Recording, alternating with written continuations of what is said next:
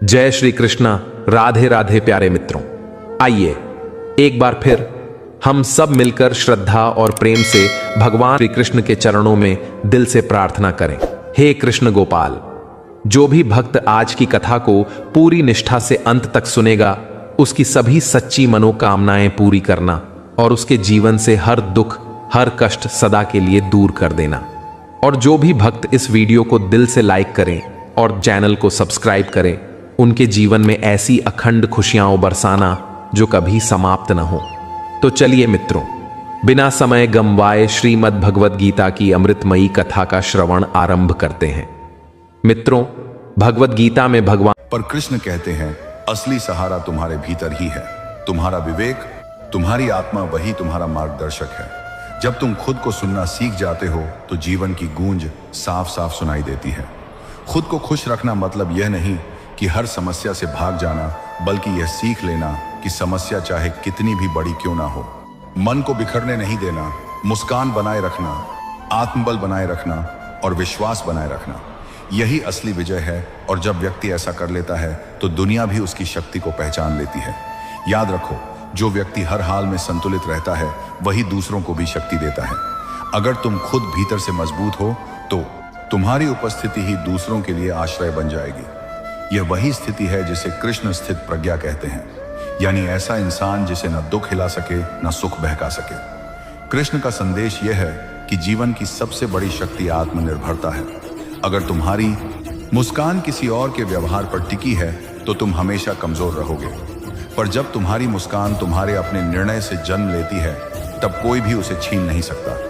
यह स्वतंत्रता ही असली आनंद है। सोचो, नदी जब बहती है तो उसे पर्वत, पथरीली जमीन, गड्ढे, खाई सब मिलते हैं। क्या नदी रुक जाती है? नहीं, वह अपनी राह बनाती है, अपनी धारा तय करती है। उसी तरह इंसान को भी परिस्थितियों के हिसाब से खुद को ढालना होता है। अगर रास्ते कठिन हैं तो उनसे डर कर बैठना मत, बल्कि यह तय करना कि मैं अपनी खुशी का रास्ता खुद बनाऊंगा। अक्सर लोग कहते हैं, जब सब कुछ ठीक होगा तब मैं खुश रहूंगा, लेकिन सच्चाई उलटी है। जब तुम खुश रहना सीख लोगे तभी सब कुछ ठीक लगने लगेगा, क्योंकि दुनिया वैसी ही दिखती है जैसी तुम्हारी नजर होती है। अगर तुम्हारी नजर निराशा से भरी है तो स्वर्ग भी नर्क लगने लगेगा, और अगर तुम्हारी नजर विश्वास से भरी है तो नर्क भी तुम्हें सबक सिखाकर स्वर्ग जैसा अनुभव देगा। कृष्ण यह भी सिखाते हैं कि खुशी एक साधना है। इसे रोज चुनना पड़ता है, जैसे सांस लेना। सुबह उठो और मन में यह संकल्प भरो कि चाहे आज क्या भी हो, मैं अपनी शांति नहीं खोऊंगा। यह वचन ही तुम्हें पूरे दिन मजबूती देगा।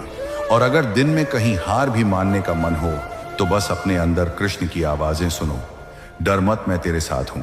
खुद को खुश रखना सीखना मतलब यह नहीं कि तुम दूसरों से मुंह मोड़ लो। इसका अर्थ यह है कि तुम्हारी जड़ें इतनी गहरी हो कि बाहरी आंधियां उन्हें हिला ना सके। जब पेड़ की जड़ें मजबूत होती हैं तो चाहे तूफान कितना भी तेज हो, पेड़ खड़ा रहता है। उसी तरह जो इंसान अपने भीतर स्थिर हो गया है, उसके सामने कोई परिस्थिति टिक नहीं सकती। मनुष्य की सबसे बड़ी भूल यह है कि वह अपने दुख का कारण हमेशा दूसरों को मानता है। कभी हालात को दोष देता है, कभी परिवार को, कभी समाज को, तो कभी भाग्य को। लेकिन गीता में कृष्ण ने स्पष्ट कहा है, तुम्हारा सुख दुख तुम्हारे अपने विचारों से तय होता है। यानी बाहर का संसार तुम्हें बस परिस्थिति देता है, पर तुम्हारे मन की प्रतिक्रिया ही असली परिणाम बनाती है।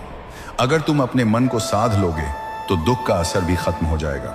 सोचो, युद्ध भूमि में खड़ा अर्जुन रो रहा था, हथियार डाल चुका था, सामने अपनों को देखकर उसका दिल कांप रहा था।